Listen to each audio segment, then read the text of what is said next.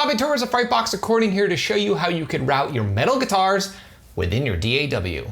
Now, I get this question a lot. People often ask the best way to route their guitars and just handle signal processing on their heavy guitars in general. Now, if you've watched any of my videos, you probably know that I'm a huge fan of simplicity and not overcomplicating things. And my guitar routing is no exception. But with that being said, I find the trick is to not over-route or under-route my guitars. In other words, not using any routing at all and just sending all of your guitar tracks to the master fader. I have a system that I think you'll find beneficial that'll make your life easier when it comes time to mixing your heavy guitars. So with that being said, I have a very simple metal production here with a handful of guitar tracks, 2 rhythm guitars, a guitar solo, and a guitar solo double. So what I'm gonna do is I'm gonna play the sample and then I'm gonna dissect and explain to you all of the routing that's happening with my guitar tracks. Let's check it out.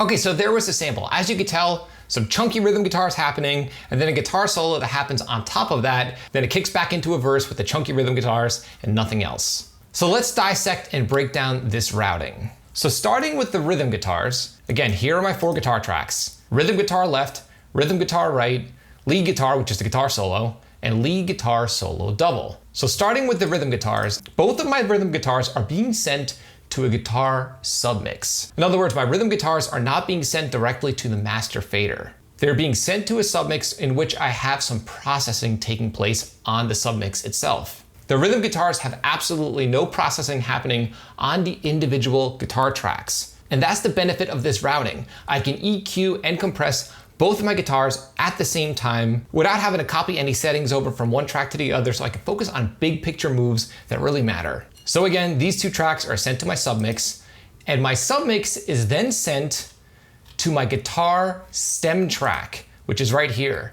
My guitar stem track is the final output that all of my guitars are being fed through before it hits the master fader. Another way of saying this is it's my guitar master track pre-master fader, or master bus. I'll explain the benefit of the guitar stem track when I get done with the other guitar tracks, but just know right now that it's the final stage before my final output. So those were my rhythm guitars.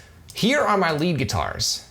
If you notice, my lead guitars are not being sent to my rhythm guitar submix. Now I want to make this distinction clear because a lot of people tend to just group all of their guitars together and send them through a unified submix. And the downside to that is that lead guitars often require a much different treatment than rhythm guitars. If we look at the EQ on my rhythm guitars, I'm not doing much. I'm leaving a lot of the low end in and a lot of the top end in. In other words, I leave a lot of the meat and the top end in my rhythm guitars for the final mix. And they're both being EQ'd at the same time. My lead guitars are another story. They are more heavily filtered. This is because generally you want your lead guitars to be focused more in the mid-range and you don't want them stepping on the toes of your rhythm guitars, or the drums, or the vocals, or the bass for that matter. And also, I like to compress my lead guitars a little more heavily just to give them a slightly different character from my rhythm guitars. Especially if I'm using the same guitar tone across the board for both my rhythm and lead guitars. I want that compression there as sort of like an additional color to help differentiate them from the rhythm guitars. And my lead guitars are being sent directly to my guitar stem track. So if you're following along, my rhythm guitars are sent to a submix, which is then sent to my guitar stem track, and my lead guitars are just sent directly to my guitar stem track. Now, if I'm working on a song that's very complex and I have a ton of lead guitar tracks, I'll often make a separate bus called lead guitars. But in this case, I only have 2 tracks, so it makes sense to just send them directly to the guitar stem track. And remember, this guitar stem track is really just a master bus, pre-master bus, featuring all of my guitar related elements, including my send effects. Now, as far as send effects are concerned with my guitar tracks, I'm only using delay and only on the lead guitars. I'm not using any effects at all on my rhythm guitars. So I have a very simple auxiliary track with a delay on it that's meant to be used only with my lead guitars. And if you look at my lead guitar tracks, again, they are being sent to that auxiliary track. Much like how engineers would do it back in the day in an analog workflow. They would have send set up on the console so multiple instruments or multiple tracks could be sent to a particular effect. Now I find this approach to be very beneficial, even in a DAW, because it keeps my sessions nice and clean and helps glue a specific group of tracks together because they're sharing the exact same effect.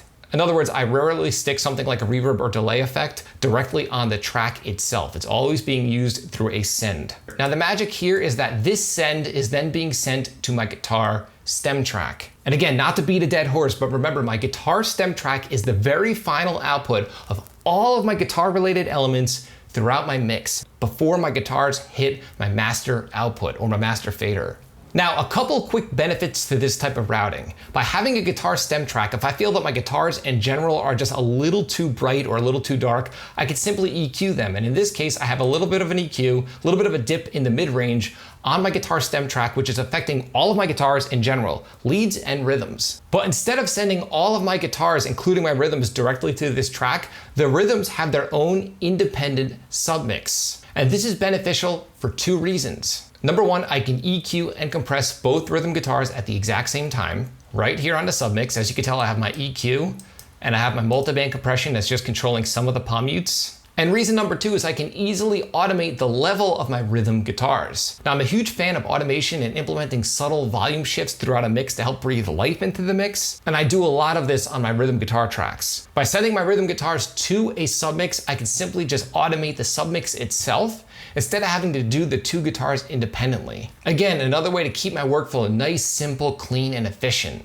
In other words, getting more done in less time. So to demonstrate this point, I'm gonna play a little before the guitar solo, and I want you to pay close attention to my guitar submix. Again, my guitar submix only has my rhythm guitars being sent to it. Check this out.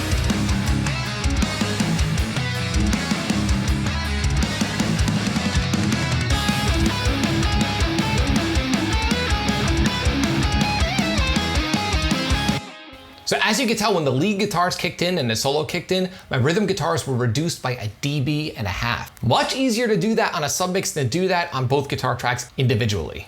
Now, if I were to implement any volume automation on my lead guitars, I often would do them on a per channel basis because lead guitars are generally panned in the center and kind of take the place of a vocal, but rhythm guitars are part of the bed of a mix, one of the foundational elements of a mix. So again, it makes more sense to just do it on a submix. So hopefully this will help you with your guitar routing and just give you a nice clear roadmap on how you can route your metal guitars within your DAW for extra efficiency, speed, and just getting better results in less time. Now, if you dug the guitar tone that you heard in this video, you can download the exact impulse response that I used in this mix for absolutely free. There's a link below in this video's description. Download the impulse response, load it into your AmpSim plugin, and get right to dialing in great metal guitar tone with ease. So I'm curious to know, how do you route your guitars? Are you a fan of keeping things simple, or do you like things to be a little more complex? Let me know. I'd love to know your opinion. If you found this video helpful, like, comment, subscribe, and share. And do not forget to click the little bell icon so you can be notified every time I upload one of my weekly videos on all things metal and rock production.